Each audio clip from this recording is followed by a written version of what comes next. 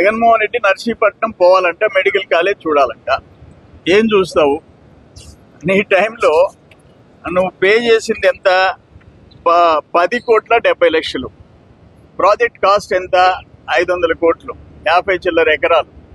500 కోట్లకి నీ ప్రభుత్వం అంటే 2022లో ఆగస్టులో నువ్వు జీవో ఇచ్చి డిసెంబర్లో శంకుస్థాపన చేసి నువ్వు ముఖ్యమంత్రికి ఉన్నంత వరకు ఖర్చు పెట్టింది 10 కోట్లు. ఇప్పుడు మీరు ఎందుకు పెట్టలేదు అని చెప్పేసి నేను పోయి చూస్తాను అంటాడు. మధ్యలో దోవలో ఎవరొకరు ఆ కార్ల కిందనో టైర్ల కిందనో నలిగి సావాలా, మళ్ళీ రప్ప రప్ప అంటాడు, జనాన్ని రెచ్చగొడతాడు. ఈరోజు హైకోర్టు ముఖం మీద కొట్టింది. ఏమి పీపీపీ విధం అయితే ఏమి, పబ్లిక్ ప్రైవేట్ పార్టిసిపేషన్ అయితే ఏమి నీ సొత్తు పోయిందని చెప్పి అడిగింది. దాన్ని కూడా అర్థం చేసుకోలేవా? ఒక మాజీ ముఖ్యమంత్రిగా నువ్వు ఏం చదువుకున్నావు? అన్ఫార్చునేట్. ఆ కోర్టు కామెంట్ ఏముంది? కోర్టు భవనాలే ఇప్పటికీ పూర్తి కాల, ఆర్థిక ఇబ్బందులు. అటువంటప్పుడు ఇటు గవర్నమెంట్ మానిటరింగ్ ఉంటుంది, ప్రైవేట్ వాళ్ళు పెట్టుబడి పెడతారు, నీకు వచ్చిన నష్టం ఏంటి? నీ ఒక్క పులివెందుల మెడికల్ కాలేజ్ తప్ప, ఇక పార్వతీపురం ఉంది, 600 కోట్ల రూపాయల అంచనా, 80 కోట్లు ఖర్చు పెట్టావు. ప్రతి ఒక్కటి అదే పని చేసావు. ఒక్క పులివెందులు మాత్రం నువ్వు దానికోసం ఎక్స్ట్రా కేర్ తీసుకున్నావు. పులివెందుల కోసం మొత్తం డబ్బులు అక్కడ ఖర్చు పెట్టావు, ఇంకెక్కడ ఖర్చు పెట్టలే. కానీ నిన్న హైకోర్టు ఆ కామెంట్ చేసిన తర్వాత ఏ మాత్రం జ్ఞానం ఉంటే జగన్మోహన్ రెడ్డికి, నైతిక విలువలు ఉంటే, ఇప్పుడు నువ్వు లాస్ట్ టైం అదే పని చేసావు. టైర్ కింద మనిషి నలిగిపోతే హాస్పిటల్లో చేర్చే ఆలోచన కూడా లేకుండా పక్కన తీసి పారేసేసావు దుర్మార్గంగా. ఆ రోజు 2 చనిపోయినారు. రేపు ఇప్పుడు 60 చిల్లర కిలోమీటర్లో నేను ర్యాలీగా పోతానంటావు. అంటే ఏం చేయబోతున్నావు నువ్వు? ప్రజల ప్రాణాలతో ఆడుకుంటున్నావు జగన్మోహన్ రెడ్డి. ఇది కరెక్ట్ కాదు. ఇది పీపీపీ మోడల్ విషయంలో అందరూ అప్రిషియేట్ చేస్తున్నారు. మొత్తం ప్రభుత్వం పైనే భారం వేసుకోబడలే. కాలేజీలు రావాల్సిందే, ప్రైవేట్ మేనేజ్మెంట్ ఉండాలా, గవర్నమెంట్ మేనేజ్మెంట్ ఉండాలా. అందుకని హైకోర్టు నిన్న తీవ్రంగా కామెంట్ చేసింది. ఇప్పటికైనా అవగాహన ఉండాలా నీకు. నువ్వు ఒక పబ్లిక్ లైఫ్లోకి వచ్చిన తర్వాత ప్రజలతో ఆడుకోకూడదు. ఏది మంచిదానని అంచనా వేసుకునే శక్తి నీకు ఉండాలి. అది లేకుండా పోయింది. స్వార్థం ఎక్కువైపోయింది. మనం చూసాం కదా, అక్కడ వాడు కల్తీ మద్యం చేస్తుంటే చీల్చి చెడ్డాడాం కూటమి ప్రభుత్వం. తెలుగుదేశం వాళ్ళని కూడా సస్పెండ్ చేశాడు, పారేశాం. అందరిని అరెస్ట్ చేసి జైల్లో పెట్టాం. దాని గురించి రోజు ఉపన్యాసాలు గంటలు. నువ్వు ఎక్కడో పైనుంచి దిగి వచ్చినట్టు.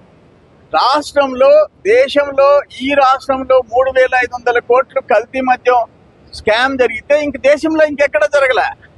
ముఖ్యమంత్రులు, ఉప ముఖ్యమంత్రులు 200 కోట్లకి జైళ్ళకి పోయినారు. 200 కోట్లకి. ఇక్కడ 3,500 కోట్లు. నువ్వు బయట కూర్చొని ఉపన్యాసం ఇస్తున్నావు. మొత్తం లోటస్ పాండ్కి పోయింది డబ్బంతా. 1,000 కోట్లు ఎక్కడికి పోయిందంటే లోటస్ పాండ్కి పోయింది. అందుకని పద్ధతి మార్చుకోమని చెప్పేసి మేము హితో పలుకుతున్నాం.